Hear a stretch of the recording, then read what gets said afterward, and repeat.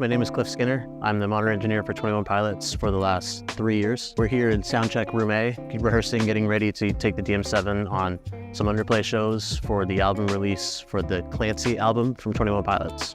I'm Kenny Sellars, front of house for 21 Pilots. I've been with the band since 2016, so we're gonna go around 5 different places in North America and Europe and do club shows to give the fans a chance to get a close experience with the band. We wanted to bring a compact and cost-effective package, knowing that we're not selling 20,000 tickets every night. When I was brought the idea of these club shows, Cliff and I, we started talking about like, okay, how do we really scale this down to make it cost-effective, easy to load in, load out, and Cliff actually brought up the DM7. I was a little hesitant at first just because I haven't really played around with it much. We don't always like change bad. But then he got a chance to play with it and is like, dude, you're gonna love this. The biggest challenge is space. This allowed us, with everything built in, that allowed us to do a lot of Dante. There isn't an input on this show that's not ultimately hitting Dante before it hits the consoles. It's a lot less rack pieces.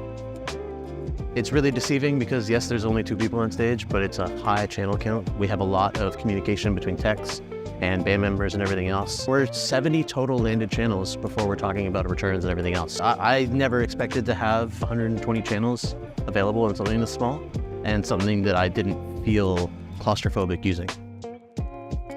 My layout's almost exactly the same, minus 4 faders over here. I got to set up all of my layers the same, my center section's all the same. So it's really been surprisingly easy to just get this back into that state of feeling like I'm not even on a different console.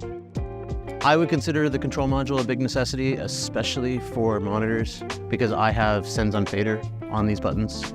I also have previous and next scene, so I never have to worry about what layer I'm on. I'm able to leave the user-defined keys on each channel bank as my different layers for inputs and DCAs, outputs, and talkbacks, and then always have one button access to all my important people on stage.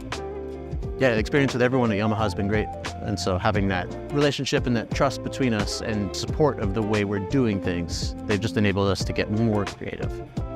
Thanks for watching, and see you on the road.